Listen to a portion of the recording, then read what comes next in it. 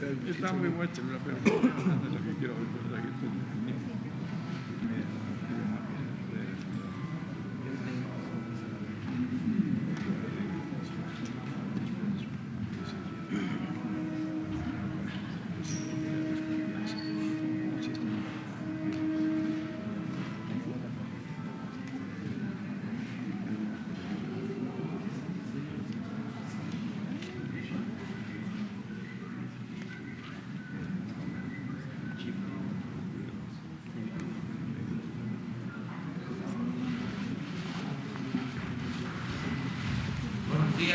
Buenos días. Ánimo. Pues es una semana que estamos iniciando porque ayer no se pudo tener esta conferencia, pero ahora sí vamos a presentar el quién es quién en los precios de gasolinas, diésel, gas, que lo hacemos los lunes, pero como ayer no se pudo tener esta conversación, este diálogo circular, lo vamos a hacer hoy, de modo que le damos la palabra a Ricardo y terminando preguntamos y damos respuestas. Muchas gracias, señor presidente. Muy buenos días a todas y a todos ustedes. El quién es quién de las gasolinas. Empezamos con el combustible regular. El precio más alto lo encontramos en la gasolinería Ralsi SADCB en La Paz, Baja California, con un precio de 22 pesos 9 centavos por litro, mientras que la más económica en gasolina regular la encontramos en Petromincont SADCB en Centro Tabasco a 17 pesos con 42 centavos por litro. En la gasolina premium, el precio más alto en 23 pesos 19 centavos por litro en Ajome, Sinaloa, una gasolinera Costa Cálida que ha salido ya varias veces en el precio más alto, que incluso se han acercado a la Profeco a aclarar que ellos no son la más cara. Le digo, pues finalmente el precio es el que está reportado en el anuncio y en la bomba, aunque ellos alegan que su costo no es tan alto y su margen en consecuencia tampoco. Sin embargo, pues los hechos ahí se constatan y lo que interesa al consumidor es el precio final que se está ofertando el combustible. Por eso Costco Gas SADCB en Centro Tabasco tiene el precio más bajo. En general Costco está ofreciendo un muy buen precio en los combustibles y en premium 19 pesos con 16 centavos por litro. En la gasolina, en el diésel, Ralsi SADCB en La Paz, Baja California, con el precio más alto, 23 pesos con 27 centavos, y el precio más económico en 19 pesos con 9 centavos por litro en Cunduacán, Tabasco, servicio Cunduacán SADCB. Y si lo vemos ya en forma conjunta por marcas, tenemos que los precios en promedio más altos los tiene Chevron, Arco y Redco, que ya ha sido una constante en las últimas semanas, y los más económicos, al igual como una constante, Orsan, Gulf y Lagas. Y si vemos el trabajo de verificación en el tema de combustibles, realizamos el sorteo, verificamos 125 gasolineras.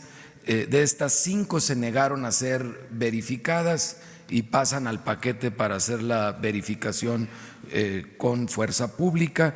31 bombas fueron inmovilizadas porque se encontraron diferencias, no se encontraron rastrillos esta semana. Las 5 gasolineras que no permitieron la verificación es una en Hualulco, San Luis Potosí, en Yauquemancan, Tlaxcala, en San Pablo del Monte, Tlaxcala, Palizada, Campeche y Otón Blanco en Quintana Roo. Y la diferencia más grande que encontramos en estas verificaciones de las bombas inmovilizadas fue de 4.48 mililitros por litro. Y ahí tienen ustedes en la página de Profeco todos los datos sobre este aspecto. Y vemos ahora el quién es quién del gas LP. En tanques estacionarios, el precio más alto como referente lo encontramos en Gas El Sobrante, en Cuauhtémoc, Chihuahua, a 11 pesos con 1 centavo por litro. Y encontramos el precio más económico del gas LP para tanque estacionario en 6.86 pesos por litro en Santiago, Mihuatlán, Puebla, Central de Abastos de Tehuacán. Ahora lo que es en cilindros, que es la venta por kilo, tenemos el precio de referencia más alto en 20 pesos 35 centavos por kilo, comisionistas de Chihuahua, en Chihuahua, Chihuahua, y encontramos el más económico en Gas Capricornio, SADCB, Saltillo, Coahuila, a 13 pesos 79 centavos por kilo.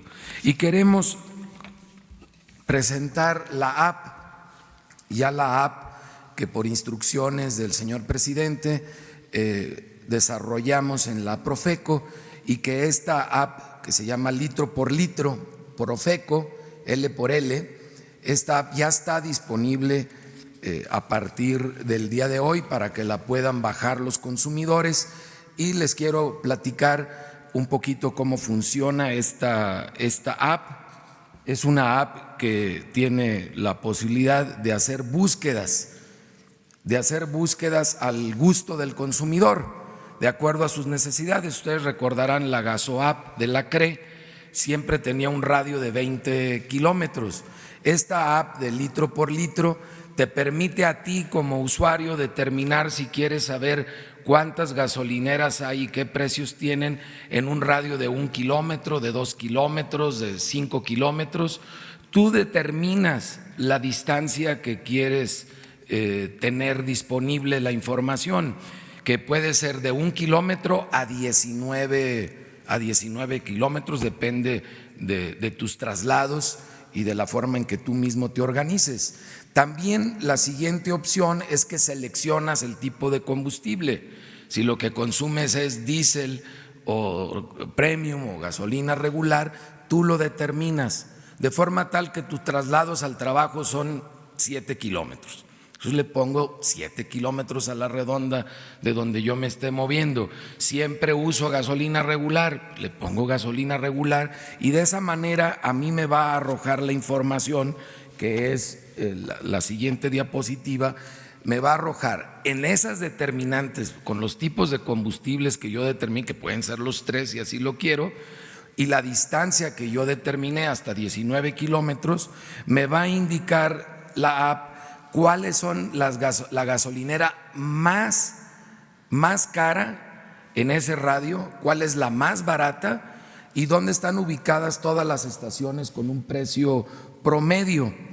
Y además de eso, me va a indicar cuáles son las estaciones que no tienen información porque está cerrada o no tiene el tipo de combustible que yo estoy buscando. En el caso particular del diésel, hay muchas gasolineras que solo expenden regular y premium, no tienen diésel, entonces no aparecería cuando yo pongo esa determinante. Y lo más interesante es que en la misma app van a poder presentar quejas o denuncias formales ante la Profeco, y le vamos a dar seguimiento a esa denuncia y esa queja también por medio de la app. En lugar de trasladarse a una de las oficinas de Profeco y presentar formalmente la queja, sería presentada formalmente a través de la app. Y si nos permiten accesar a su ubicación, que es parte de la app, en ese momento, si están en la gasolinera, pues nosotros podemos ya programar incluso la verificación, porque podríamos constatar todos los datos. Las denuncias y quejas pueden ser anónimas, si así se decide, o el consumidor puede dar toda la información, incluso el recibo del consumo del combustible. Y de esa manera le daremos el tratamiento de queja o de denuncia. Las denuncias podrán ser anónimas, las quejas pues ya viene con la formalidad incluso del recibo de la compra del combustible. Lo que ha buscado el señor presidente es que hagamos una app fácil de utilizar, una app práctica, que realmente nos dé un resultado como consumidores. Hasta ahorita damos el precio más alto y el más bajo, que el más bajo está en Tabasco y el más alto está en Chihuahua. Pues ni modo que vaya yo a comprar a Tabasco gasolina. Pero esos son los referentes de los parámetros nacionales que nos informan, nos empoderan como consumidor. Sin embargo, ya con la app es una aplicación totalmente práctica porque determino la distancia y el tipo de combustible y luego si encuentro una irregularidad presento en la misma app la queja de la manera más sencilla. Ojalá nos ayuden a difundir esta app para que se utilice y sea realmente un instrumento de empoderamiento para los consumidores en nuestro país. Muchas gracias. Gracias, Ricardo. Bueno, pues ya entramos. Bueno, es muy importante este sistema de información, de empoderamiento, esa palabra que se ha puesto de moda en los últimos tiempos, empoderamiento, que el ciudadano pueda tener información para decidir.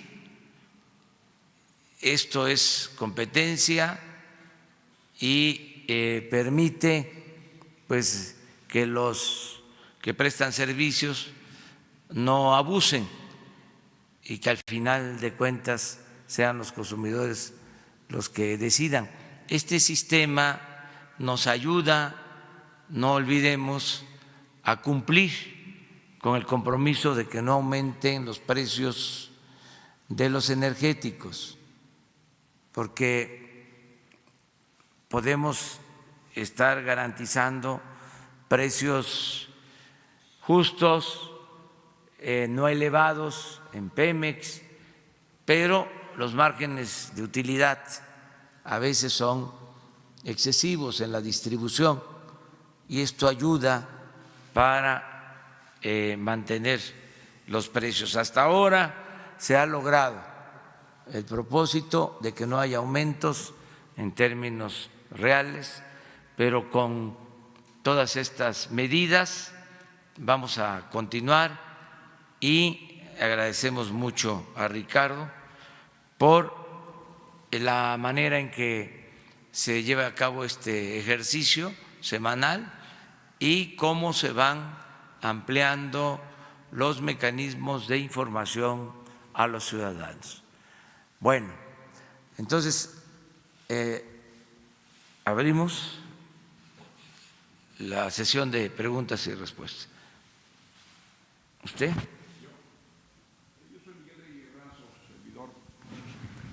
Soy Miguel Reyes Razo, su servidor, trabajo para Organización Editorial Mexicana, El Sol de México, señor presidente. El día de hoy me preocupan los niños, de los que usted se refirió tempranamente en su discurso de ayer por la tarde, la preocupación por los niños. En el caso de esta niñez nuestra que heredará o será portavoz, es simiente de la cuarta transformación, ¿cómo hacerlo con su salud? Un médico mexicano oaxaqueño de Nochistlán, llamado Miguel Cruz López, que desde niño le decía a su madre, peíname como don Benito, y así lo pintaba, así lo peinaba. Se fue a estudiar, vino a México a estudiar y luego fue a Cincinnati a graduarse y se hizo discípulo del doctor Cubante, que hace pocos años desapareció. Ha trabajado con los niños en sus edades de 10, 11, 12, hasta la adolescencia o la preadolescencia. Y los halla obesos, hipertensos, diabéticos, gravemente con una pésima dieta, por una ingestión indebida de azúcares, de refrescos, etcétera, enfermos, los niños en el Estado de México, niños del Estado de Morelos y niños del Distrito Federal. Investigaciones con el doctor Rafael Camacho Solís y que ha hecho con el propio doctor Rui Pérez Tamayo, cuya obra está editada, señala con sus colaboradores, el doctor Rui Pérez Tamayo, el afamado anatomopatólogo, discípulo de Isaac Costero, de la inmigración española, la gran dificultad de los niños.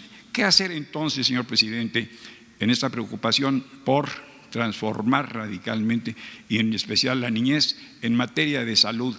¿Qué cruzada, ¿Qué hacer paralelo con la educación? Muchas gracias por su respuesta.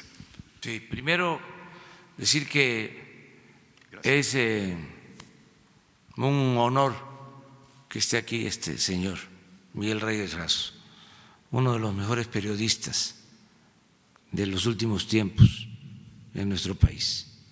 Me da mucho gusto que nos acompañes. Sí, es un tema importante, todo lo relacionado con la salud.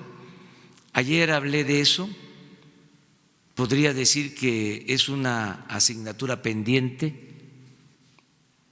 No hemos podido atender bien el problema de la salud y por eso desde este fin de semana inicio una gira por todos los hospitales del sistema de atención a población abierta del Seguro Social. Son hospitales que se crearon hace 40 años del programa IMSS-Coplamar, que fueron cambiando de nombre, y de esos hospitales dependen, que es un segundo nivel de atención, dependen alrededor de 3.500 unidades médicas que están ubicadas en las comunidades más pobres, marginadas del país. Entonces, me voy a reunir en los 80 hospitales que hay con todo el personal médico, auxiliares, enfermeras, médicos, trabajadores de la salud, porque queremos iniciar el fortalecimiento del sector salud. Ya se creó el Instituto de Salud para el Bienestar, que es el que queremos que atienda a la población abierta que no tiene seguridad social, que es más de la mitad de la población del país, que no está en el seguro, que no está en el ISSSTE. Este es el nuevo sistema. Para eso iniciamos con estos hospitales, con estas unidades médicas, poniendo el énfasis en la medicina preventiva, que tiene que ver con tu preocupación, y vamos a reforzar desde abajo todo el sistema de salud. Y estamos buscando también acuerdos con los gobernadores, porque se fraccionó todo el sistema de salud. Lo he explicado en otras ocasiones, pero no está de más repetirlo. La Secretaría de Salud se quedó hueca, tiene 7 hospitales. Eso es lo que opera la Secretaría de Salud, 7 hospitales, y la mayoría de esos hospitales están en la Ciudad de México, porque se transfirieron los servicios de salud a los estados. Entonces, los estados manejan centros de salud, hospitales. Además, existe el seguro, que tiene estas dos vertientes: el atender a derechohabientes y estas unidades médicas y hospitales para atender a población abierta, más el ISSSTE. Pero si vemos, es un sistema desarticulado, con mucha corrupción, sobre todo en la compra de medicamentos. En general, gobiernos estatales, ISSSTE, Seguro, Secretaría de Salud, compraron el año pasado 90,000 millones de pesos en medicamentos. Y el principal problema es la falta de medicamentos, el desabasto de medicamentos, por la corrupción que imperaba. Entonces, vamos a mejorar todo el sistema de salud. Lo ideal, siempre hay que optar, la política es así, optar entre inconvenientes. Lo mejor era integrar todo en un sistema universal de atención a la salud.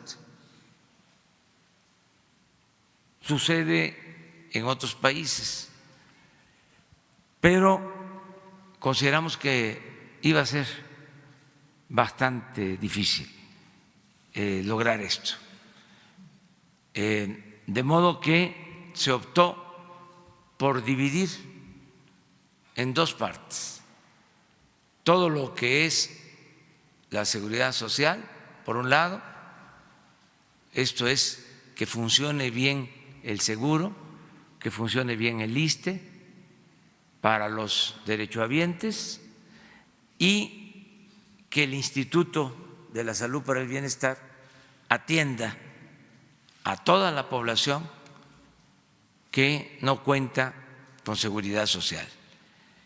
Entonces, el que se reforme todo este sistema de salud pública va a requerir de una atención especial. Por eso voy a dedicarme a este propósito y voy a estar consultando a quienes tienen experiencia, quienes han estado trabajando, en particular atendiendo a la niñez, todas las experiencias que existen, que son de mucha utilidad. Voy a pedirle a Jesús Ramírez que hable contigo para que se establezca una comunicación del doctor Alcocer, secretario de Salud, con estos médicos que han estado trabajando en este tema. Recomiendan también un cambio en la dieta nacional. Sí.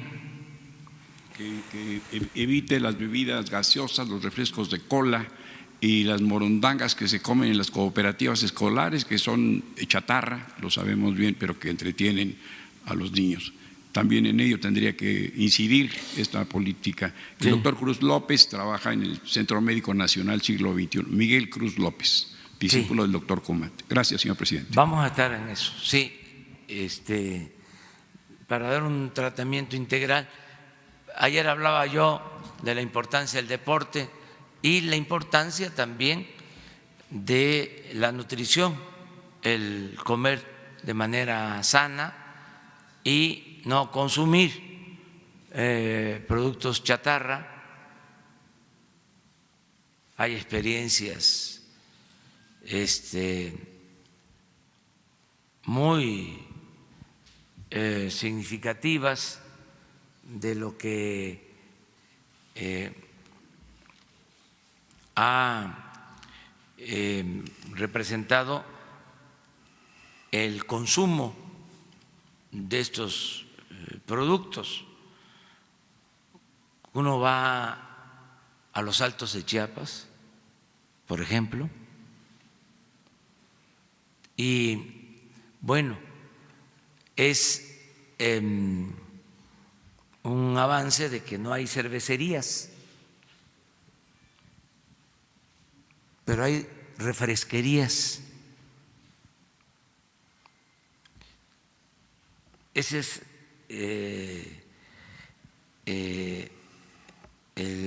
signo, lo peculiar en las comunidades indígenas de los Altos de Chiapas, refresquerías, en donde llegan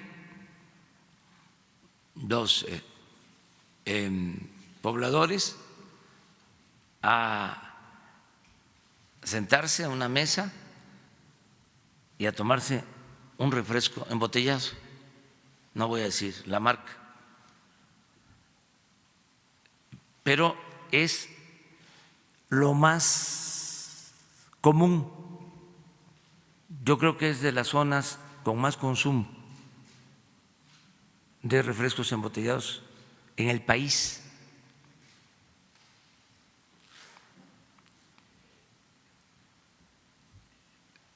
Todo se mide por rejas de refrescos embotellados.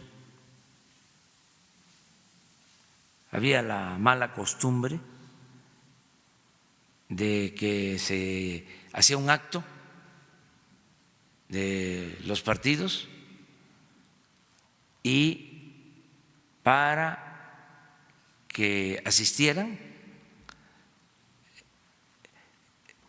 el número de participantes era el mismo del número de botellas de refresco, de rejas de refrescos. Entonces, todo esto hay que atender. Me acuerdo del finado Ríos, que cada vez que lo veía me planteaba eso. Es un tema. Y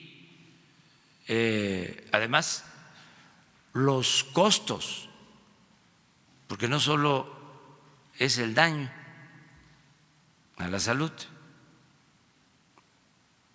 sino que si se hace una papa o dos en la casa,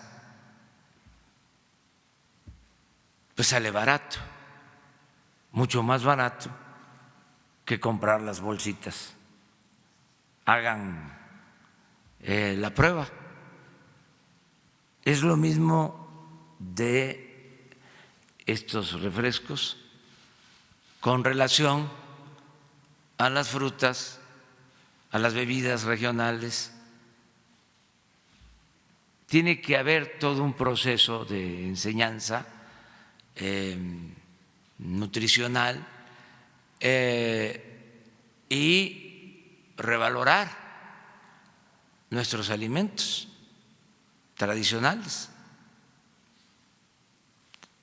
porque a veces ha llegado a obtenerse prestigio con el consumo de productos muy publicitados. Es todo un tema importantísimo. Qué bien que lo abordas.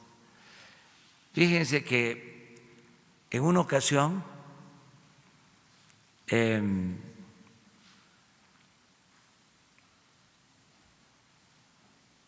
leí un libro de Héctor Aguilar Camín, que ahora está muy crítico, pero es un buen escritor, un buen historiador, que se llama, el libro es una novela, Morir en el Golfo.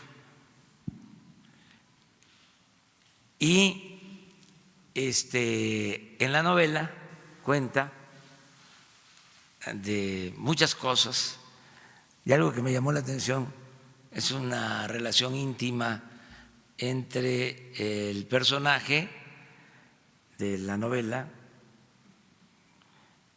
el finado dirigente petrolero. Su nombre, Joaquín Hernández Galicia. Es que no quise llamarle de otra manera. Joaquín Hernández Galicia, que en paz descanse. Entonces, el libro tiene, sin decirlo, como personaje principal a Joaquín Hernández Galicia. Y ahí vienen anécdotas extraordinarias.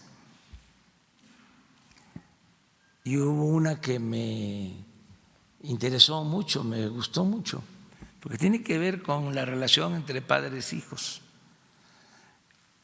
Y cuando meten a la cárcel a Joaquín Hernández Galicia, lo fui a ver a la cárcel. Y lo fui a ver con el hijo. Y de repente me empieza a platicar él una de las cosas que estaban en el libro, que estaban escritas en el libro, en la novela de Aguilar Camín. Exactas, o sea, lo mismo. Y entonces le pregunté a él y luego a Héctor que si de dónde había sacado, porque coincidía lo de la novela con lo que él mismo me estaba comentando en la cárcel. Y Héctor Aguilar Camín me confesó que para hacer ese libro utilizó las crónicas de este señor, que es uno de los cronistas más importantes del periodismo en México. Por eso me da mucho gusto que esté aquí con nosotros, porque no vamos a estar hablando siempre, pues, ¿no?, de que cuáles son los pronósticos de crecimiento de la economía, ¿no? Sí. Señor presidente, Elizabeth Molkin del periódico The New York Times, Federico Lamont de ABC Radio advierte sobre la militarización en la Ciudad de México a propósito del ingreso de la Guardia Nacional y dice y le advierte a usted que hay que velar por los derechos humanos de los citadinos. Ayer fue un tema en su mensaje de la intervención de la Guardia Nacional en la Ciudad de México. Es un tema que debe responder usted a Elizabeth Molkin. El segundo, hizo usted alusión ayer al fiscal de la Nación, Gertz Manero, habló de él de una persona proba. ¿Cree usted que la Fiscalía para el caso de Ayotzinapa responda a esto, a descubrir la verdad sobre los hechos registrados en el estado de Guerrero? Y por último, usted dijo hace 16 meses visitando Izúcar de Matamoros en Puebla que de acuerdo con informes del Banco Mundial el gobierno podría recaudar más o menos 900,000 millones de pesos que no se ejercen o se van en temas de corrupción, de eso que se ha recabado a la fecha. Y para el procurador, si usted, señor procurador del consumidor, cree que, como dijera su antecesor Humberto Benítez Treviño, es la hora ya de revisar la ley del consumidor. Bueno, miren, ya hablamos bastante sobre el compromiso que se hace para que la Guardia Nacional respete los derechos humanos. Es un tema que ya abordamos, nadie debe preocuparse por eso, es lo que puedo comentar.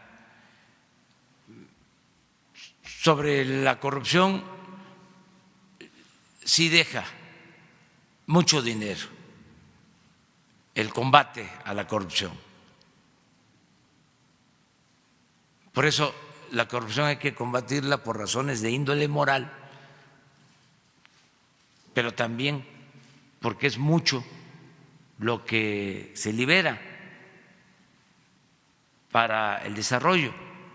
Todo lo que se va por el caño de la corrupción se puede utilizar para el desarrollo del país, que es lo que estamos haciendo. Ayer hablé sobre el ahorro por no permitir el huachicol y en cifras generales nos vamos a ahorrar, si seguimos como vamos, alrededor de 50,000 millones de pesos. Pero imagínense, y podemos hacer la cuenta de cuánto nos vamos a ahorrar al cancelar las condonaciones en el pago de impuesto para las grandes corporaciones. Son ahorros del orden de 100,000 millones de pesos, por lo bajo. Y eso dependía del presidente. Yo estoy pensando que en el presupuesto del año próximo, sobre todo en la ley de ingresos, ya se anule esa facultad del presidente para condonar impuestos. Pero ahí les estoy hablando de dos acciones y son 150,000 millones de pesos. Ayer di a conocer que en compras de gobierno hasta ahora han habido ahorros por 113,000 millones de pesos. Entonces, si le seguimos sumando, sí es bastante lo que se ahorra, y esto permite pues que no se tengan que aumentar los impuestos, que no haya impuestos nuevos, que no se endeude al país, porque todos estos fondos permiten financiar el gasto del gobierno. Eso es lo que debe de entenderse también del porqué del combate a la corrupción, que repito, no solo es que tenemos que actuar con honestidad, es que es mucho lo que cuando hay corrupción se fuga o va a parar a unas cuantas manos. Además, nada ha dañado más a México que la corrupción. Es la causa principal de la desigualdad social y de la desigualdad económica, la corrupción. En una ocasión hablamos de cómo nos enseñaban en la escuela, en la Facultad de Ciencias Políticas, que se acumulaba el capital, porque el burgués, el dueño de los medios de producción, explotaba al trabajador y esa ganancia, esa plusvalía se iba acumulando y se convertía en riqueza. Era la explotación del hombre por el hombre lo que llevaba a la acumulación del capital. En el caso de México no aplicó así, no fue así del todo. En el caso de nuestro país, las grandes fortunas se hicieron al amparo del poder público y mediante la corrupción. De repente surgieron nuevas camadas de ricos, pero además esto en general, cada 3 años, en el caso de presidentes municipales, cada 6 años en el caso de gobernadores, cada 6 años en el caso de presidentes y sobre todo de allegados al presidente, de traficantes de influencia. Si el presidente tomaba una decisión de transferir bienes públicos a personajes cercanos a él, pues se hacían negocios jugosísimos, se les entregaban bancos. Hubo un tiempo en que a un banquero, no un banquero, a un neobanquero, le entregaron un banco y dijo: yo que siempre soñé con robarme un banco, ahora me entregan para mí solito un banco. Entonces, ¿qué tiene que ver eso con la explotación del trabajador? Esa es una decisión de arriba y así se hicieron enormes fortunas al amparo del poder público. Entonces, por eso se tiene que acabar con la corrupción. Si logramos desterrar la corrupción, se va a lograr el renacimiento de México. Ese es nuestro planteamiento, en esencia. Eso es lo que estamos planteando. Acerca de lo de la ley, aquí Ricardo. Sí, el doctor Benítez, finalmente, el doctor Benítez Treviño, señor procurador, su antecesor dijo que era necesario en el 2013 actualizar la ley del consumidor. Trabaja ya en esa materia con los legisladores, entre otras cosas.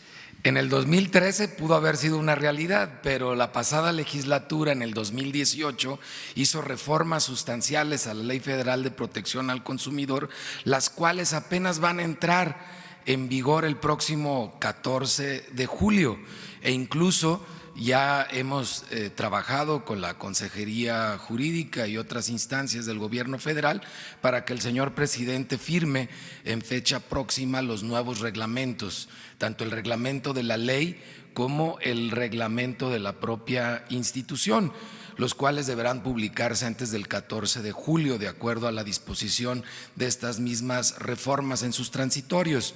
Por tanto, habría que esperar a que se implementen en la práctica estas reformas recientes de hace 18 meses con estos nuevos reglamentos para, con esta transformación de las facultades de la Profeco, que son muy de fondo, entre ellas que ya podremos cobrar nuestras propias multas, que podemos hacer llamados a revisión y alertas de productos de manera directa, que podemos implementar los derechos que tienen los consumidores en la aviación comercial, en la aviación civil, y estas reformas que son muy de fondo las estaremos viendo en este segundo semestre, ya con el tamiz de la cuarta transformación que enfoca en el empoderamiento de los consumidores a través de la propia información.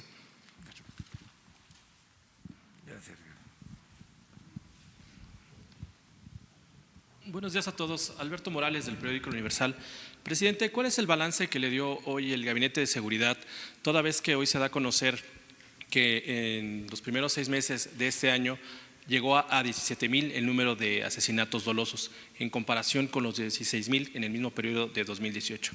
Ayer mencioné eso en el informe, de que es una asignatura pendiente, también que no hemos podido disminuir el número de delitos, sobre todo lo que tiene que ver con homicidios. Es prácticamente lo mismo que heredamos del antiguo régimen y estamos haciendo el compromiso de aplicarnos ahora con la Guardia Nacional y con otras acciones. Y estoy convencido de que vamos a entregar mejores cuentas. ¿Pero a qué se debe que no han podido avanzar en este tema? Porque pues es una herencia. No quiero agregar un adjetivo, pero es algo que se enraizó, se abandonó la seguridad pública, no se atendieron las causas, se dejó de proteger a la población y sobre todo se abandonó a los jóvenes. Los jóvenes se convirtieron en un ejército de reserva para ser enganchados por la delincuencia organizada. Lo único que hicieron fue etiquetarlos como ninis, que ni estudian ni trabajan, pero no se hizo nada por ellos. Y hubo mucho problema en todo el periodo neoliberal de desintegración familiar, mucho problema, porque se da a conocer y es notorio que no funcionó la política económica porque no hubo crecimiento.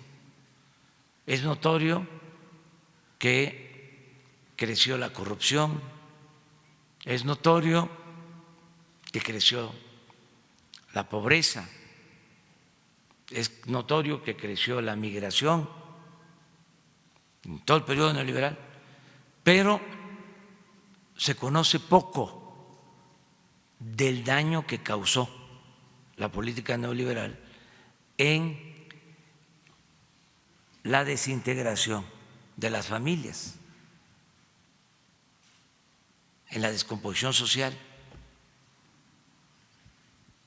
Entonces, eso hizo que se arraigara la delincuencia, agregando el contubernio con las mismas autoridades, la impunidad, la corrupción y lo que es también evidente, no había una política para proteger a los ciudadanos.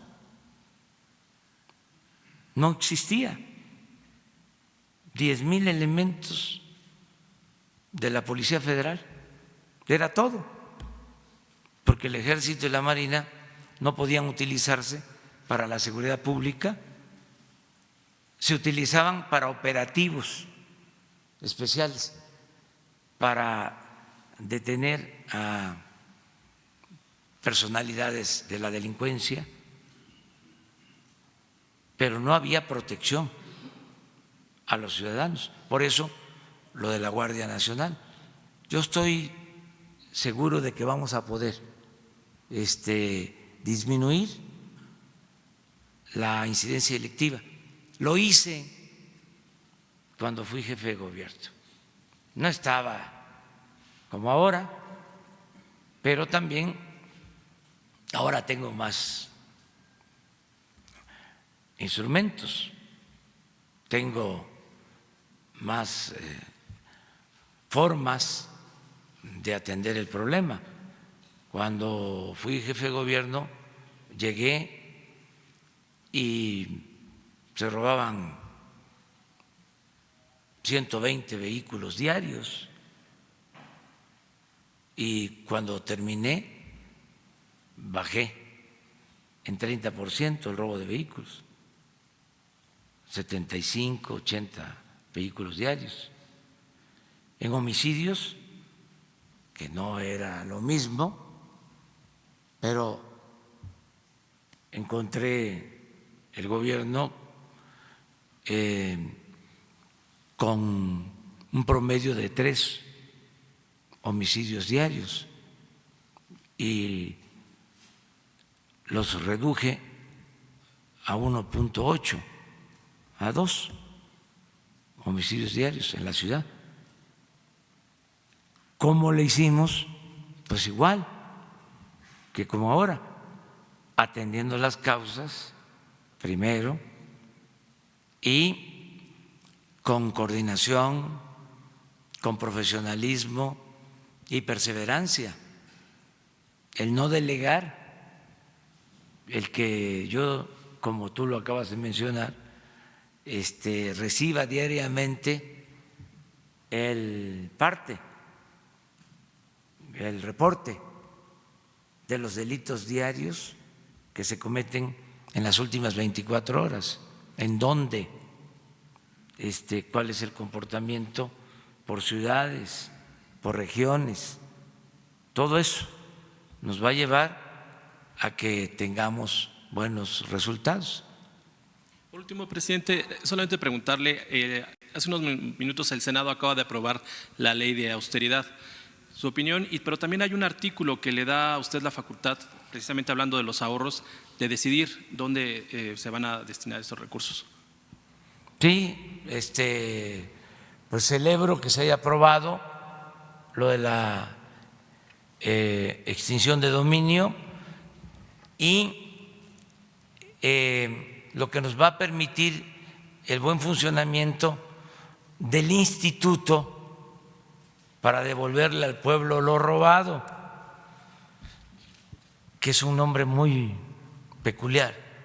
Quisimos que fuese así porque ya basta de tecnicismos.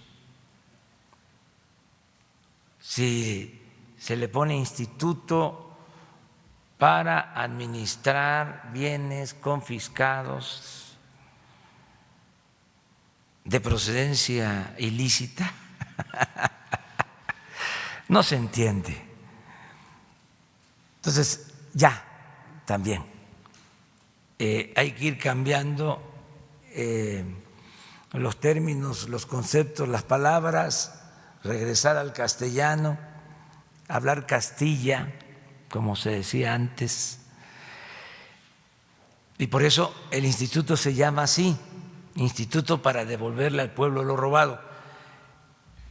¿Y cuáles son las ventajas?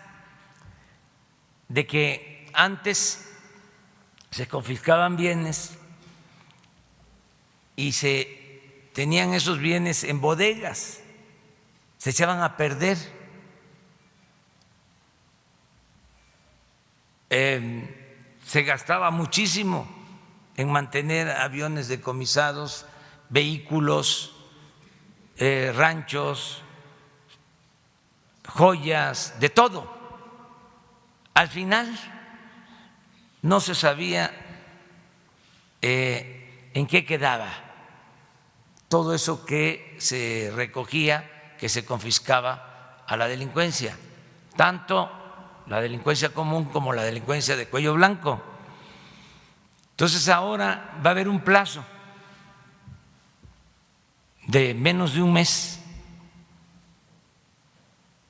para que ese dinero o esos bienes se puedan convertir en dinero y se entreguen a la gente, se le entregue al pueblo.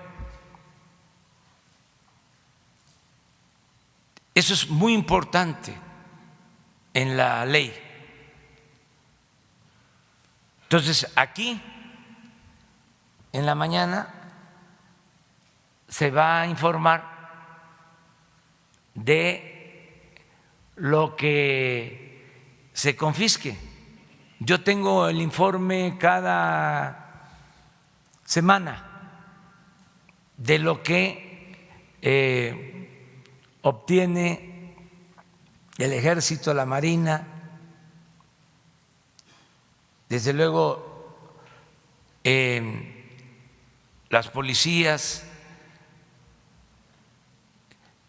vehículos, aviones, joyas, dólares,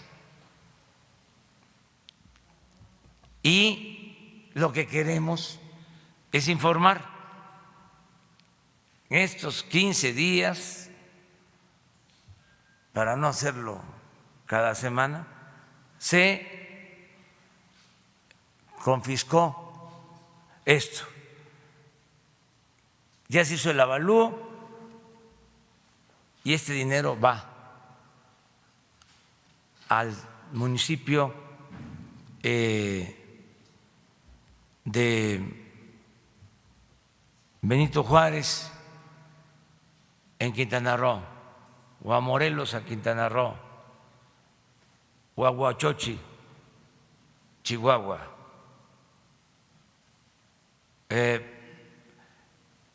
Eso es lo que se logró ya con esta reforma. Entonces, me permiten, como titular del Ejecutivo, creo que a eso te referías, que podamos decidir a quién entregar esos bienes, básicamente, porque la administración va a estar en el instituto. ¿Mande? Discrecional. No. Son los ahorros de la ley de austeridad, presidente. Ajá, los ahorros que usted genere por la ley de austeridad. Ah, entonces no es lo que tú... Quedaría en sus manos decidir el destino de esos ahorros que se generen por la ley de austeridad que se acaba de aprobar. Ah, sí, pues es que de una u otra manera ya es una facultad del presidente. tiene que ver básicamente con Hacienda.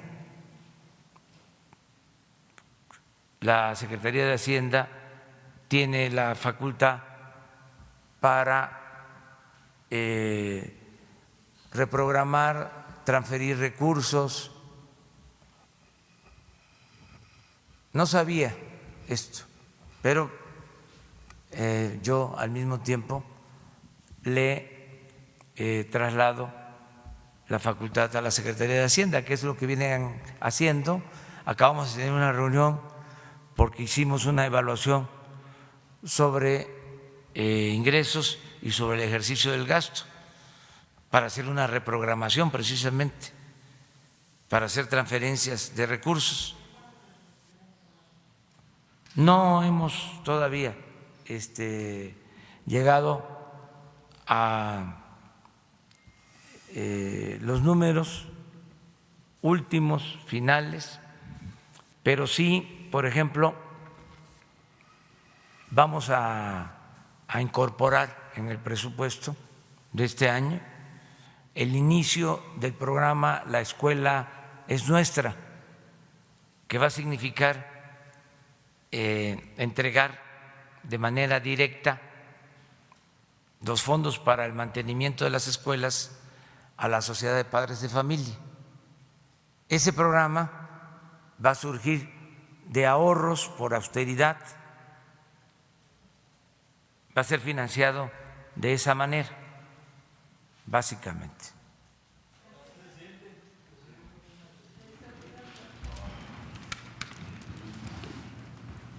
Gracias, presidente. Buenos días. Daniel Blancas, de Crónica. Yo quisiera retomar un tema que ha puesto sobre la mesa Ricardo. Es un tema que dio pie a un reportaje que hicimos en el diario sobre la inseguridad, sobre la vulnerabilidad de los tanques de cilindro, que ya ha derivado desafortunadamente en tragedias. Y que hoy, presidente, estuvimos revisando las leyes, la normatividad, hoy no hay ninguna autoridad en el país que se encargue de revisar el estado físico de los cilindros de gas. La pregunta concreta es, ¿cuál es la estrategia que seguirá el gobierno a su cargo para supervisar esta situación que representa un riesgo para la gente? Ricardo.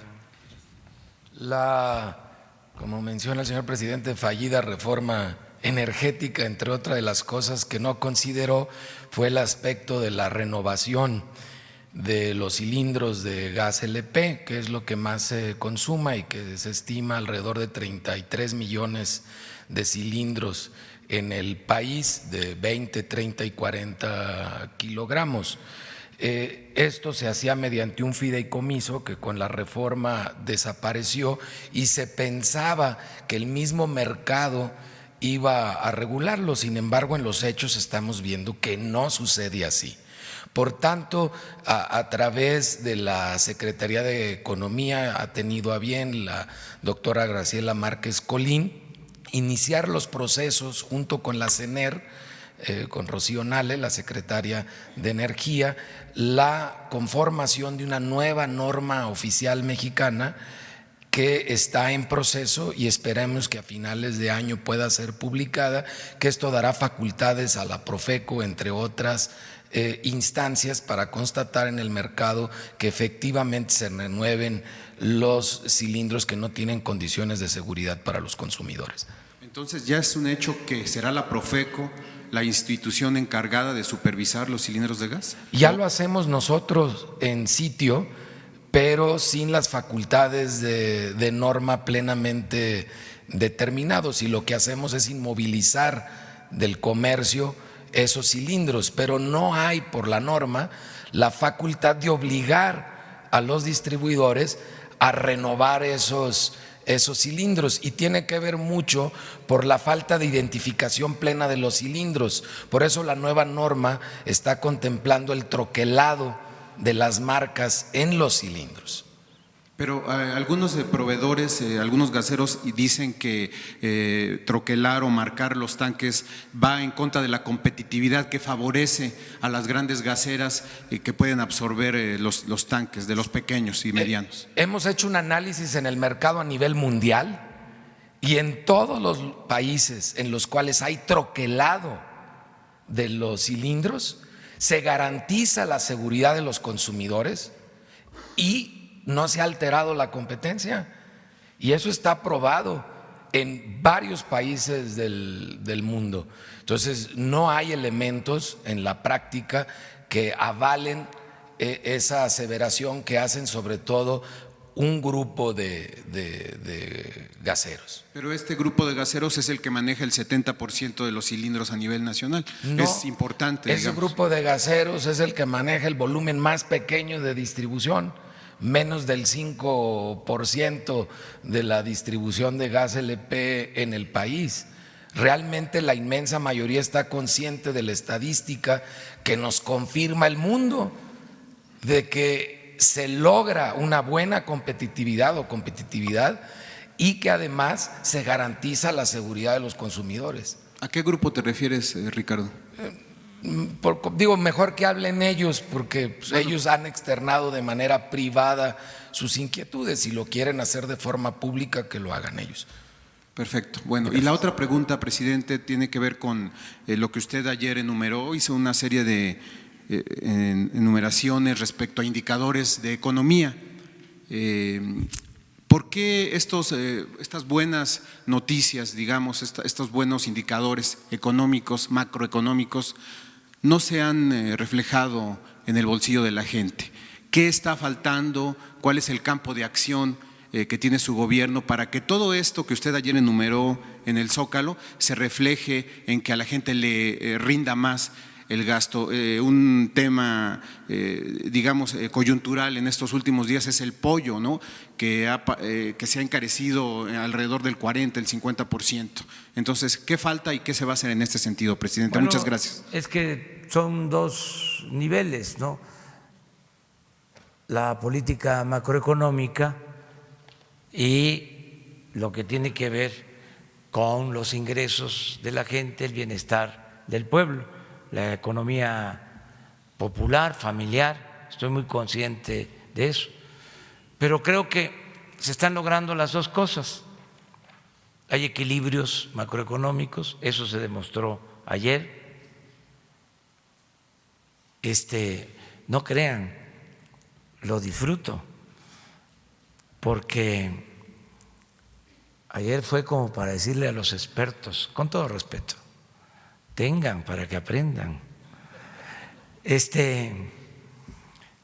Porque no estaban dando a conocer toda la información, o se daba la información desarticulada y enfocando, por ejemplo, lo del crecimiento. Sí, era la tónica, el hablar de que se caen las proyecciones de crecimiento. Eso es del diario. No sé cuántas corredurías, calificadoras, agencias económicas, financieras hay, pero todos los días aparece un pronóstico, siempre a la baja en cuanto a crecimiento económico. Entonces, pues ayer dimos a conocer información que no la inventamos, es información, vamos a decir, oficial, y pues es otro el panorama. Por ejemplo, no se destacaba, o así muy por encimita, de que el peso es la moneda que más se ha fortalecido en el mundo desde que estamos en el gobierno con relación al dólar.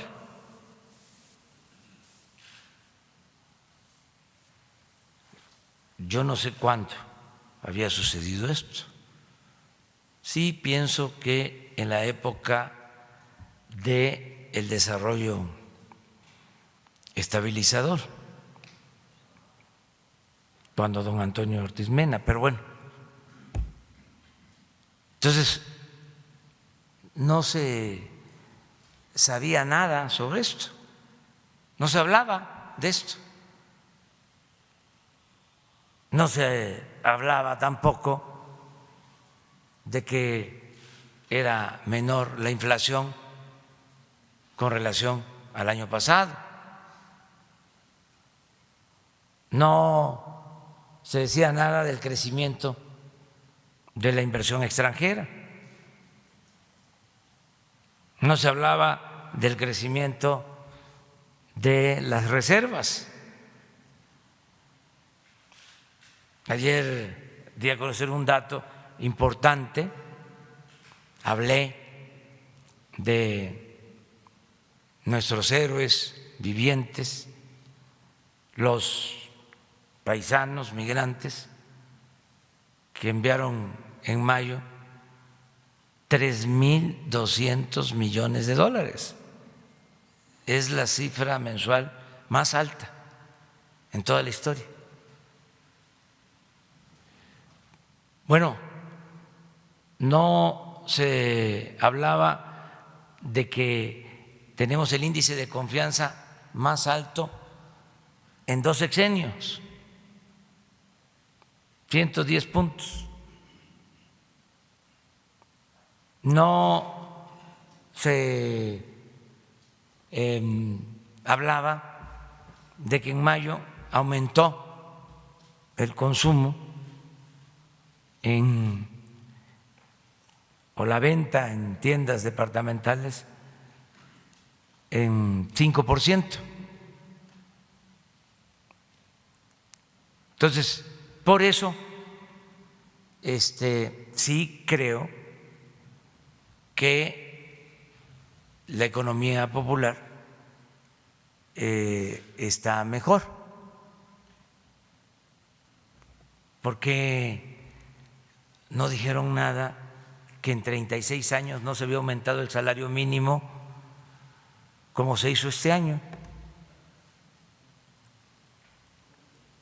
Ya no voy a seguir, pero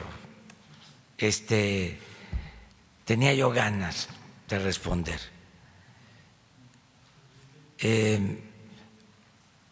Para que pues haya equilibrios.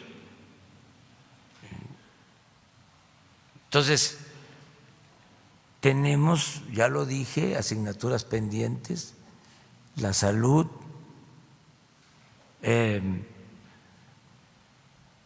crecer más, pero también ahí planteé algo que se tiene que tomar en cuenta. No solo es crecer por crecer,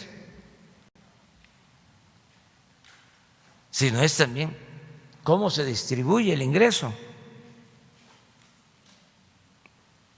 Porque una cosa es crecimiento y otra cosa es desarrollo.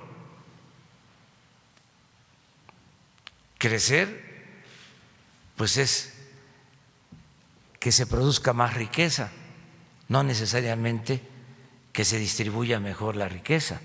Y yo siento que ahora hay una mejor distribución del ingreso, de la riqueza. Son temas importantes y tenemos pues pendientes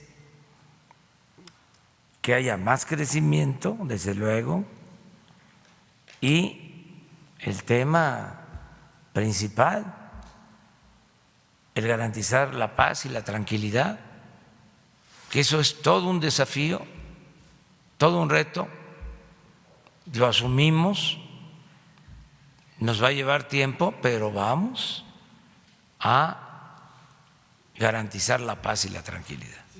Involucrado, presidente, en la economía, digamos en la microeconomía, Sí. porque antes le preguntábamos a los presidentes y no sabían ni siquiera cuánto costaba el kilo de tortillas. Usted, Sí. Su esposa parece más terrenal, ¿no? Como que puede usted quizás acompañarla a comprar el pollo, las tortillas, no sé. Sí, yo mismo sé, sí, de que lo que ha aumentado más ahora en el caso del pollo es la pechuga, a 80 pesos el kilo. Bueno, promedio. Si estoy mal es porque el señor no me dio bien los informes. A ver, el precio. El pollo se expende completo o por piezas, y en el caso del pollo entero, el precio promedio por kilo está en 40 pesos con 75 centavos.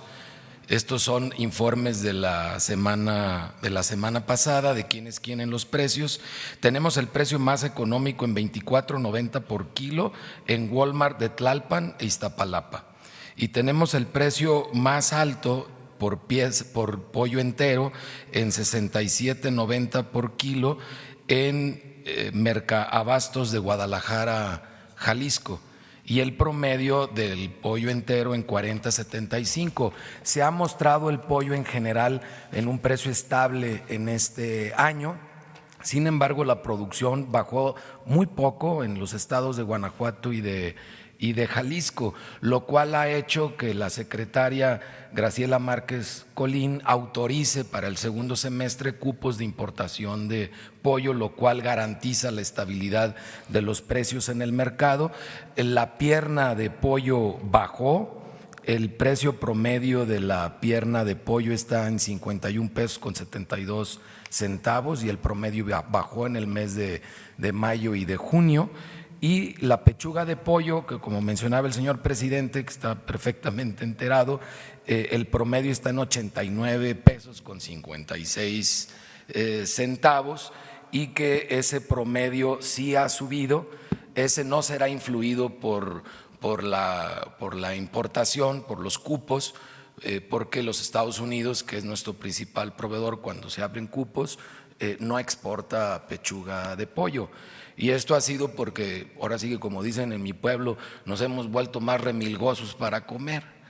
Y entonces la pechuga con hueso y sin hueso ha aumentado su demanda en el mercado doméstico, y como se vende el pollo completo, eso ha hecho que se baje el precio de la pierna y suba un poco el precio de la pechuga de pollo, pero no hay ninguna presión inflacionaria y los precios están estables.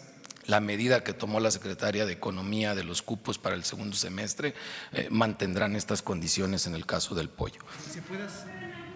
En algunos mercados se está ofertando el pollo por lo menos en 100 pesos. Más 110. No, bueno, la pechuga de pollo la encontramos en San Luis Potosí en 149 pesos el kilo. Por eso hablamos de promedios. Digo, siempre va a haber algún expendedor del producto que se pase de rosca. Pero tanto abuso, casi 20 pesos o más. Pero es el abuso de un expendedor, o sea, siempre vas a poder encontrar a alguien que esté dando el precio más alto. Por eso te damos el mínimo y el máximo y en qué lugares de la República se está expendiendo así. Pero ahí está el poder del consumidor, el empoderamiento que tenemos. Pues no le compro a él y me cruzo a la calle y compro en otro punto. Pero ¿qué medidas ustedes van a tomar? Porque toda esta alza de precios no es de hace algunos días, y no solamente es, por ejemplo, en el precio del pollo, también se ha dado en otros productos, ya van varias semanas. ¿Qué está haciendo la Profeco en ese aspecto? Estamos monitoreando de manera muy particular la naranja, el azúcar, el pollo y el aguacate. Y hemos estado informando, la información está en la página de Profeco y se las hacemos llegar a todos los medios de comunicación con total transparencia. El día de ayer se le informó al señor presidente sobre estas circunstancias. No hay una presión inflacionaria, como usted señala. Hay una estabilidad en los precios y el aumento en naranja y aguacate son aumentos estacionales. Y en el caso del aguacate también se toma en cuenta una disminución en la producción de 1.2% y un aumento en la exportación del 7% que ha presionado al mercado nacional. Sin embargo, como también puede constatar en la página, hay muchos lugares y no lejanos dentro de los principales mercados donde se puede conseguir a muy buen precio todos estos productos. Miren, pues es nada más para que no le atiné del todo, pero sí estoy pendiente. No, aparte de lo del mercado y de andar preguntando, soy mirón profesional y tengo que estar enterándome. Además, eso es lo bueno de las giras y de la comunicación con la gente. Esto del pollo me lo plantearon, me acuerdo perfectamente, en Nesa, hace unos días. Fueron una asociación de distribuidores de pollo de aquí de la Ciudad de México a pedirme que se hiciera algo porque se estaba bajando el consumo. Ellos tenían sus expendios y la gente no estaba comprando porque estaba muy caro el pollo y que no se les estaba atendiendo. Entonces, ayer vinieron a las 6 de la mañana y se les puso en comunicación con la jefa de gobierno. Todo esto lo hacemos permanentemente. Entonces, es muy bueno el tener la comunicación con la gente. Aquí es importante que se tenga el dato de que ha bajado en el periodo la inflación, que de una u otra manera sirve para medir el comportamiento de precios. Un punto era 5% en el periodo anterior y es de 4%, inflación. ¿Y saben por qué?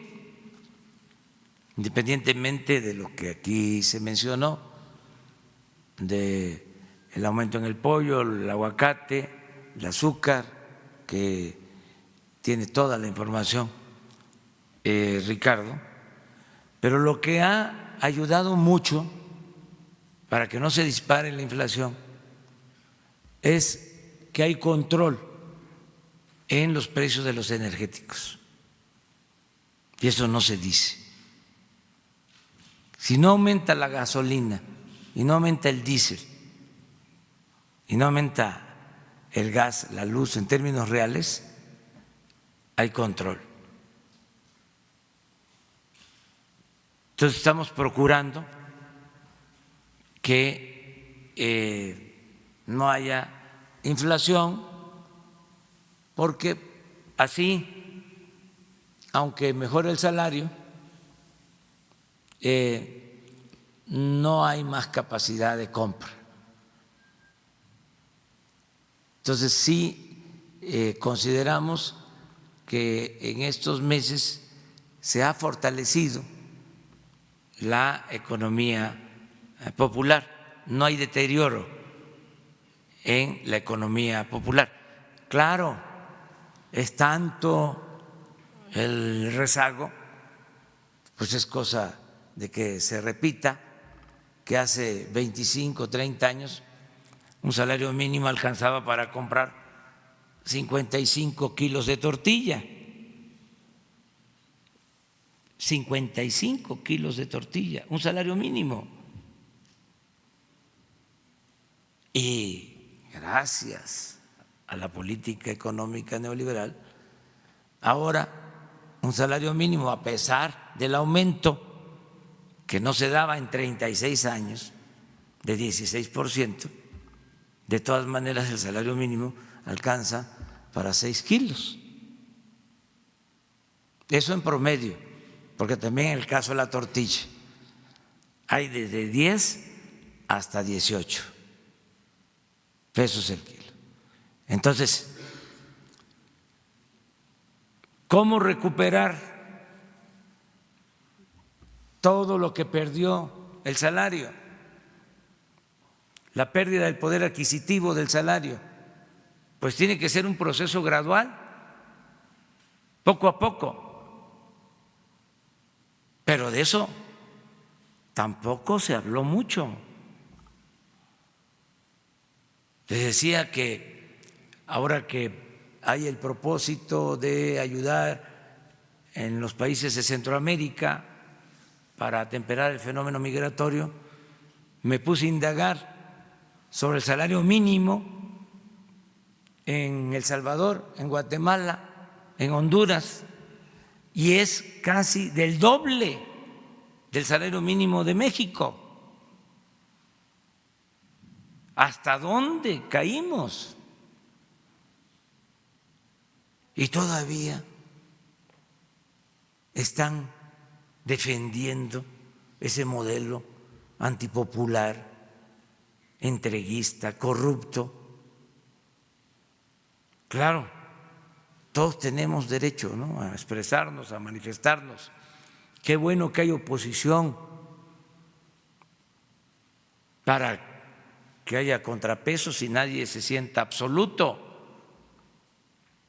Por eso dije ayer que luchamos por construir una auténtica, una verdadera democracia, no para establecer una dictadura.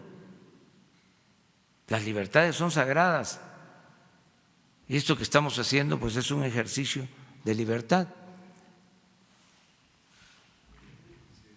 Buenos días, señor presidente. Alberto Rodríguez, de CDP Noticias. ¿Tiene algún comentario sobre lo que dijo el presidente estadounidense Donald Trump el fin de semana y también lo repitió este lunes sobre que México está haciendo un buen trabajo para impedir que esté entrando personas de manera irregular a su país y que en este momento, así lo infirió, que en este momento está descartada la imposición de aranceles a nuestros productos?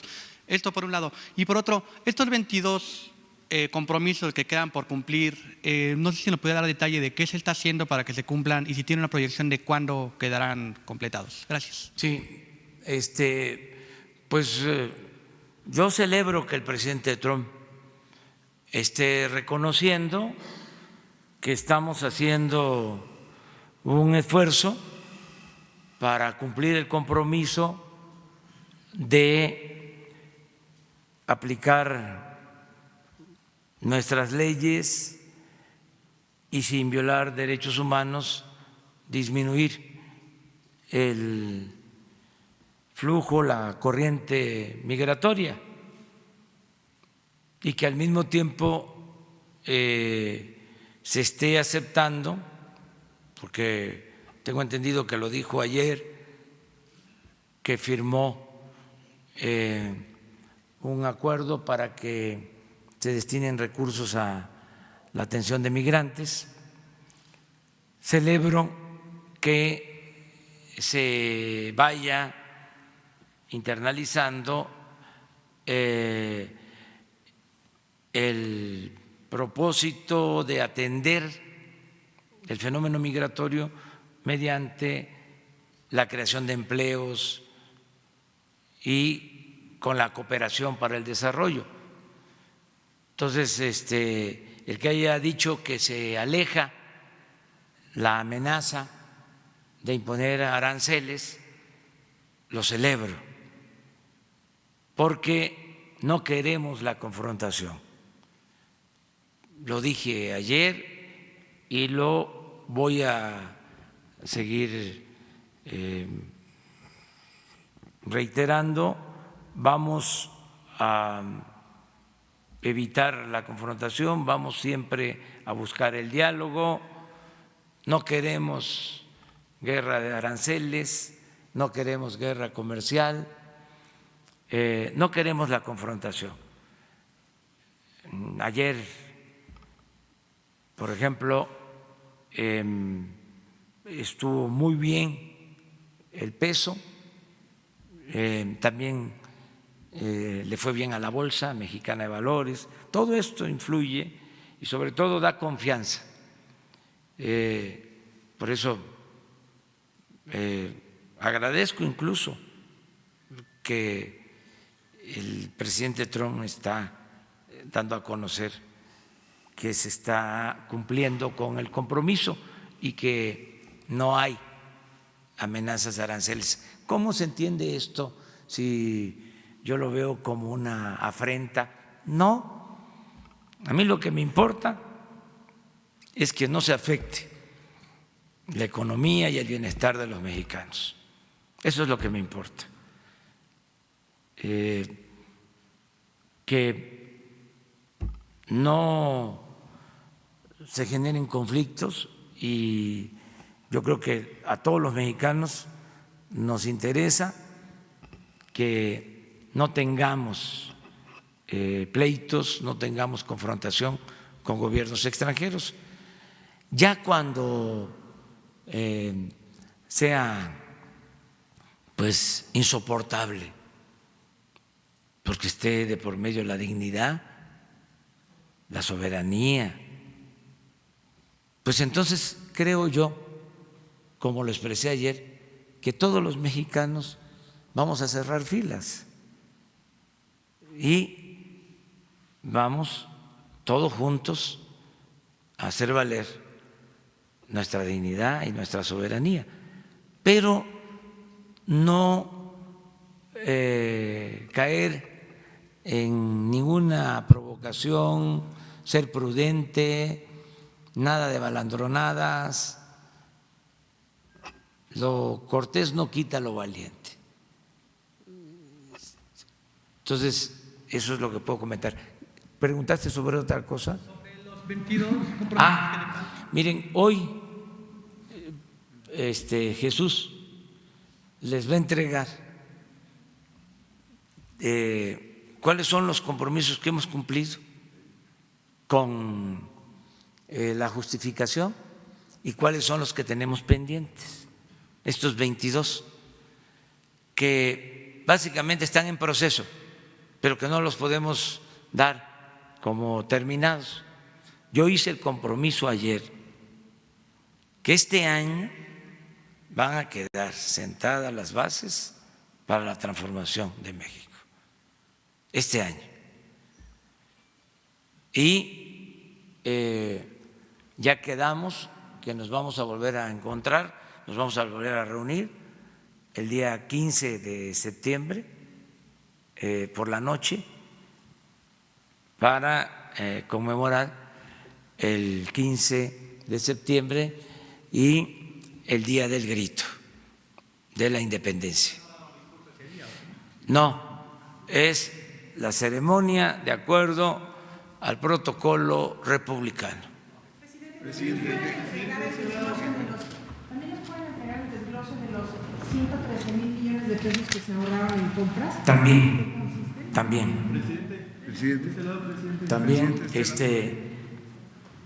¿cuáles son los ahorros que se han obtenido?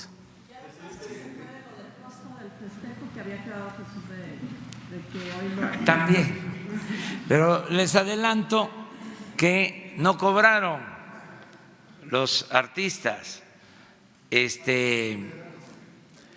no cobraron, se portan muy bien todos, les agradezco mucho, pues fueron los mariachis, las bandas de la defensa, de Marina,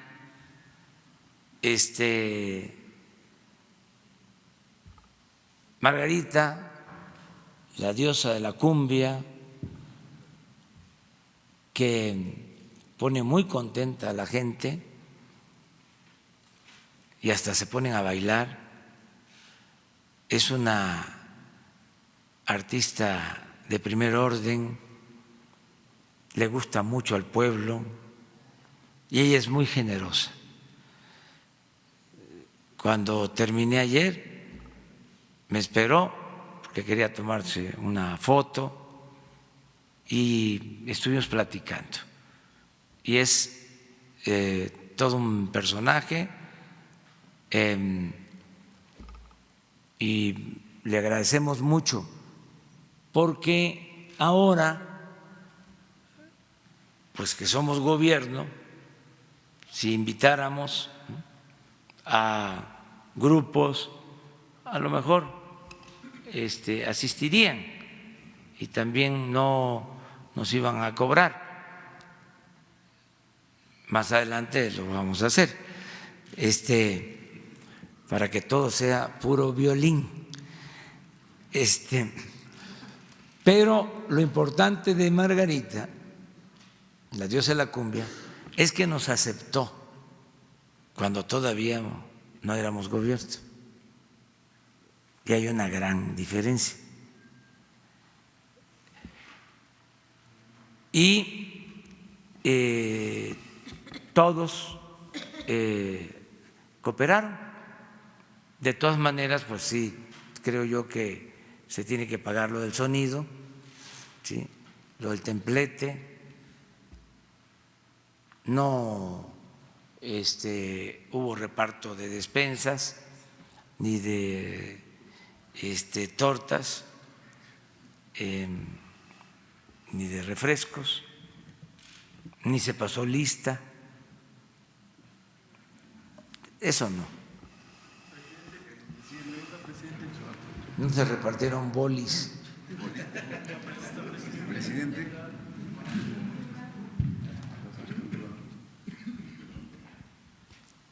Buenos días, señor presidente. Dos preguntas. La primera, Urbano Barrera, del diario Ovaciones, perdón. El próximo viernes se puso como fecha tentativa la puesta en marcha del gasoducto subterráneo Texas-Tuxpan. Y hay una preocupación en el Consejo Coordinador Empresarial, el presidente Carlos Salazar, de si se va a poner en marcha o no, porque estarían preparando paros técnicos a partir del día 15 de julio. ¿Qué les podría usted comentar a ellos? Si ya entra, ya está terminada la hora, si ya entra porque argumentan que no hay el suficiente gas y entonces les afectaría mucho. Bueno, esa es una. Sí. Que no va a haber escasez de gas, como no va a haber escasez de gasolinas, ni de diésel, nada de eso. Eso está resuelto. Que estamos buscando un acuerdo con las empresas, que se acudió a esta instancia para resolver el problema del contrato,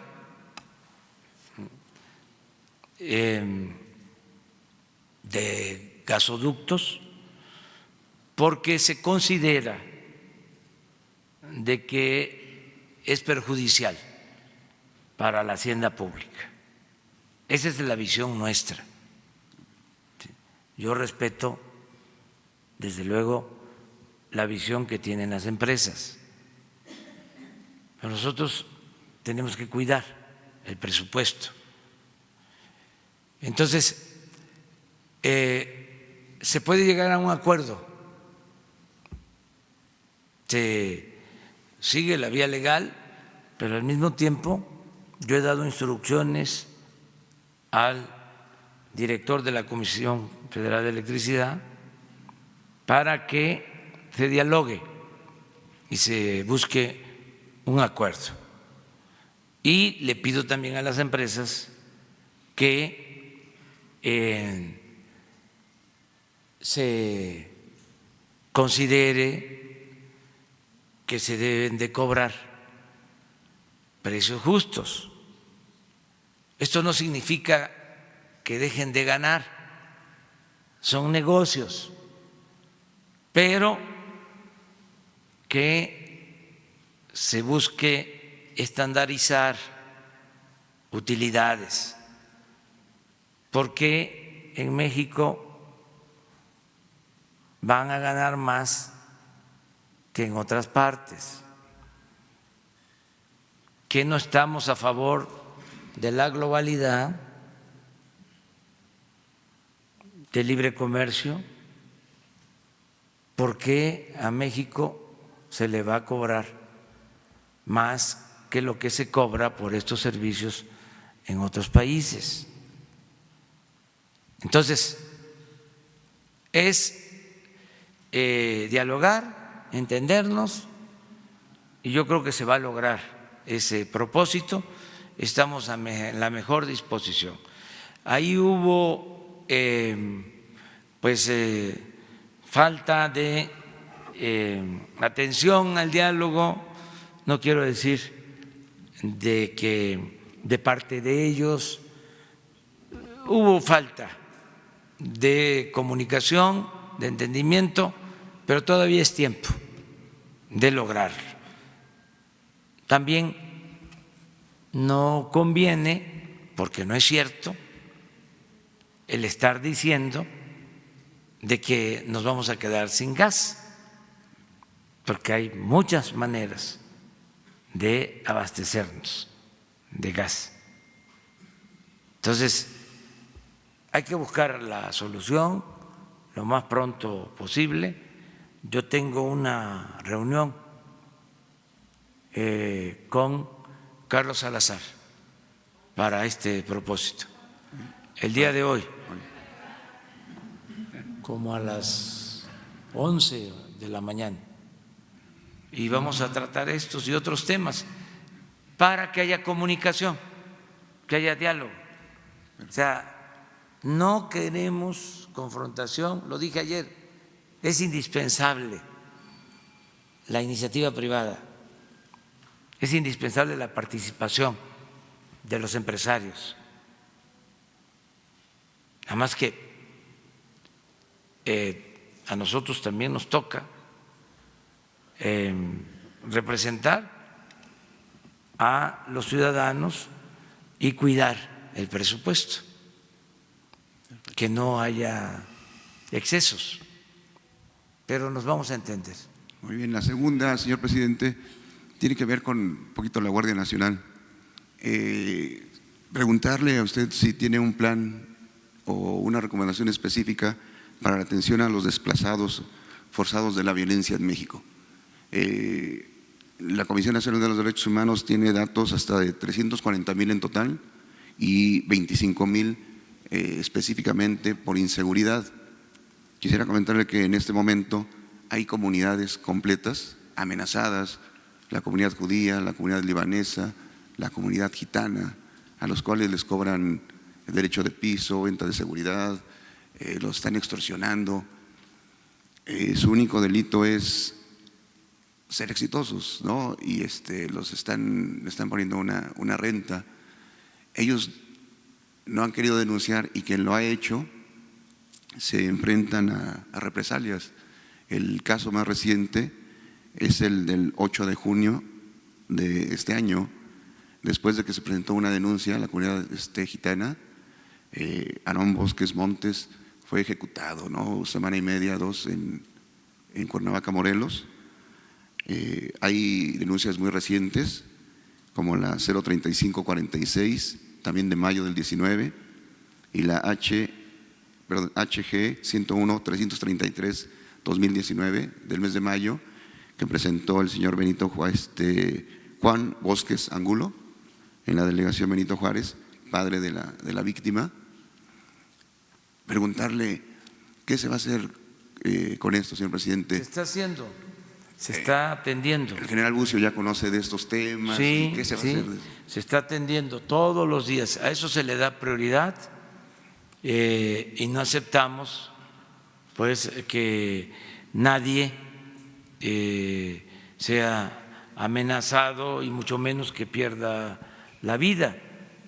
Eso es nuestra responsabilidad, el evitar que esto suceda, y todos los días estamos trabajando con ese propósito.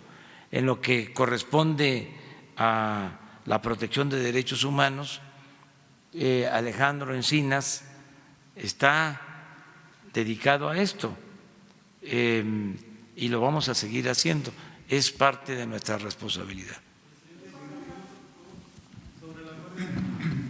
Gracias, señor presidente. Rocío Jardines, de W Radio. Preguntarle, presidente, en este mismo tema de la Guardia Nacional, el día de ayer anunció Tabasco que pues amanecieron con 4 camionetas incendiadas, con una manta donde daban la bienvenida a la Guardia Nacional, advirtiendo que a ver cuántos salen vivos.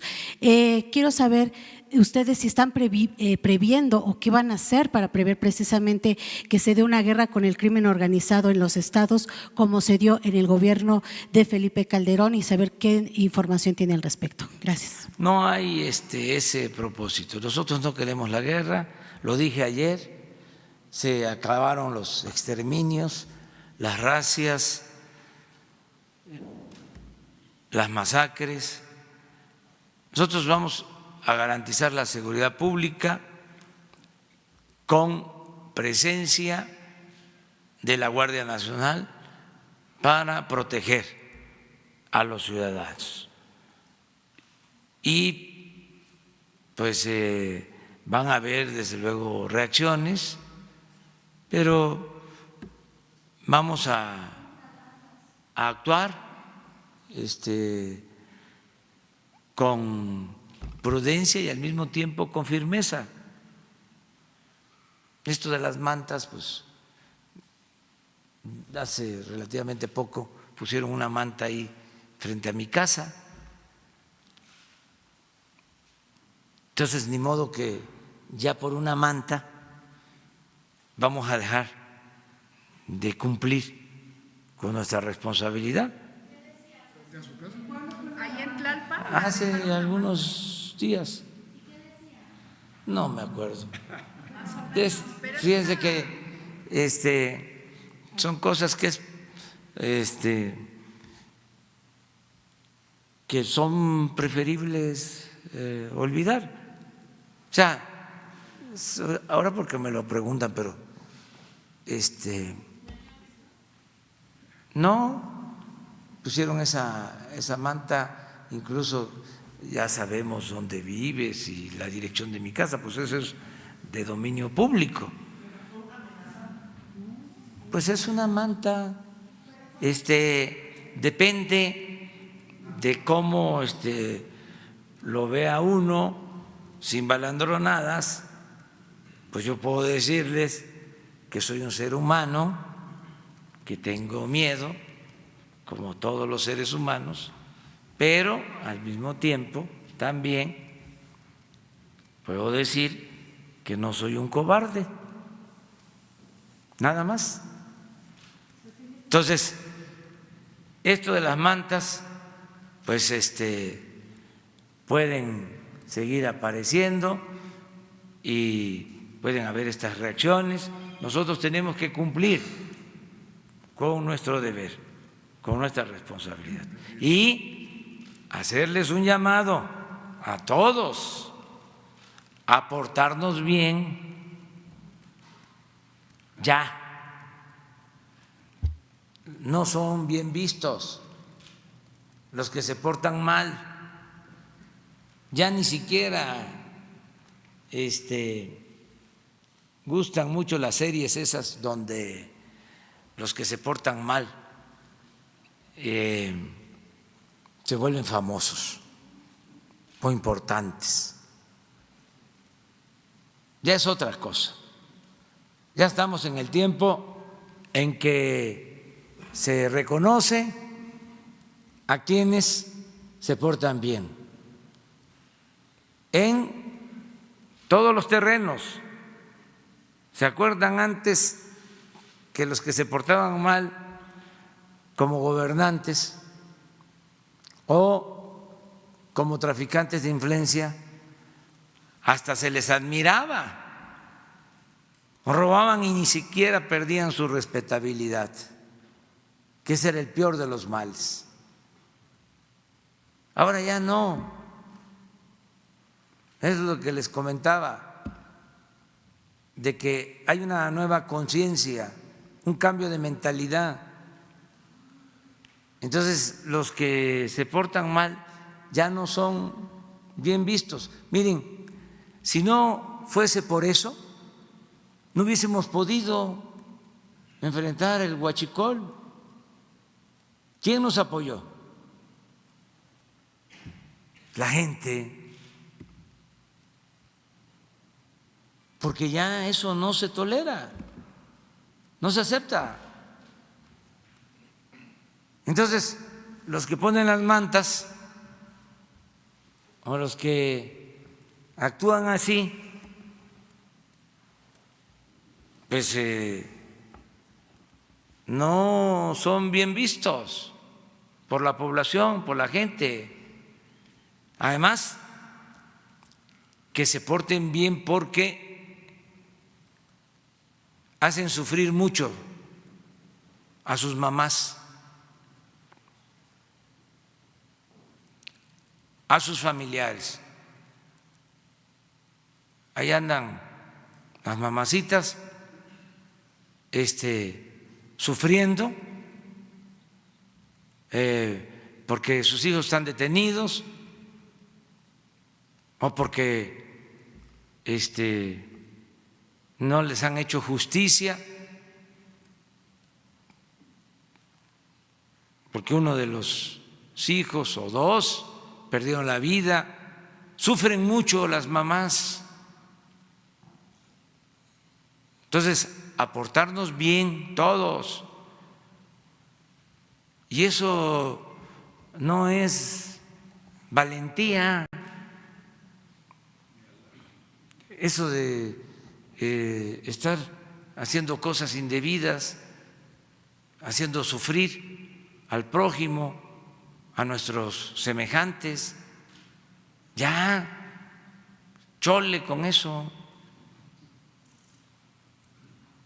ya, hay opciones, hay alternativas, hacer a un lado el lujo barato, esa felicidad efímera de sentirse muy gallitos, prepotentes durante un tiempo que tienen dinero, un tiempo, porque todo eso es pasajero, que tienen las trocas, las alhajas. Eso no es felicidad verdadera. Eso lo que produce es sufrimiento. La verdadera felicidad es estar bien con uno mismo, estar bien con nuestra conciencia y estar bien con el prójimo. Valores, solo siendo buenos podemos ser felices. No. ¿No aceleró por eso su mudanza a Palacio? No. No, sí, ya se me había olvidado. O sea, nada más porque me acordé ahora de esto. Terminamos. Gracias, presidente. Muy buenos días, presidente de todos los mexicanos, Carlos Pozos, de Petróleo y Energía. El éxito de la Cuarta T descansa en gran parte en la Guardia Nacional. ¿Tendrá usted la cifra de reclutamiento al día de hoy y si se requiere de más elementos para dar estos buenos resultados? Y en este mismo sentido preguntarle, presidente, ¿qué factor le decidió a que no fuera transmisión en cadena nacional su balance del día de ayer? Bueno, esa es una acertada pregunta. Es que así se acostumbraba antes.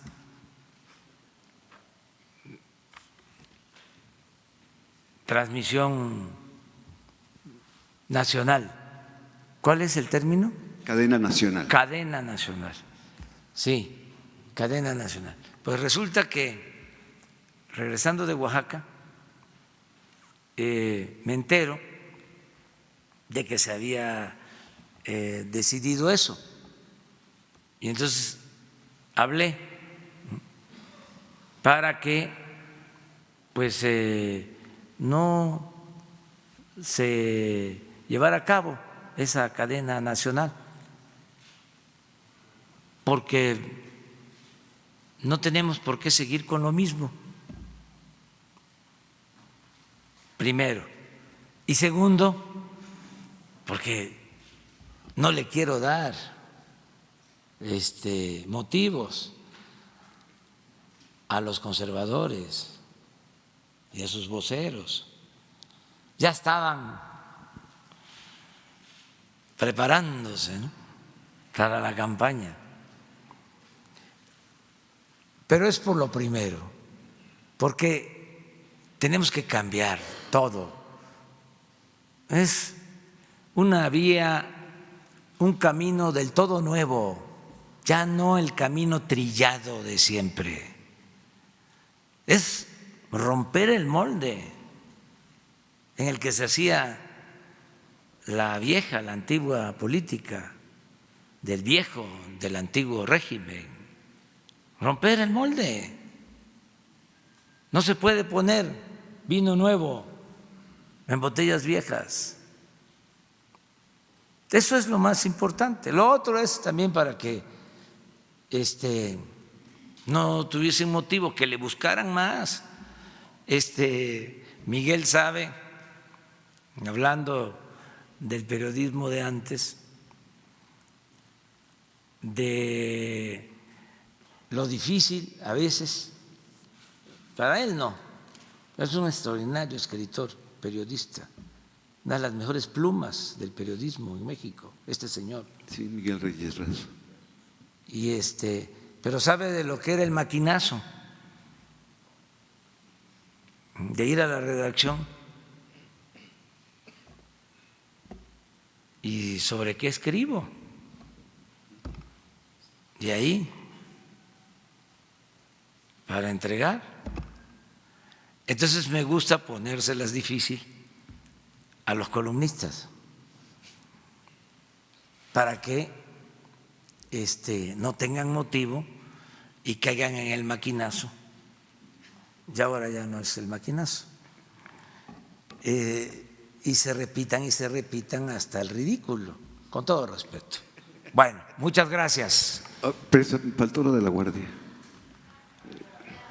Lo de la Guardia es lo que dije ayer, 150 regiones, 70,000 elementos, se va a ampliar a 266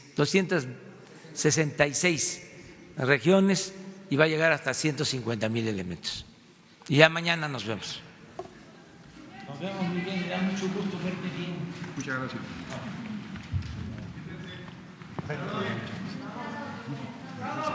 Bravo, es un periodista. Señor presidente, ¿le pueden pegar? Sí. Por favor, muchísimas gracias.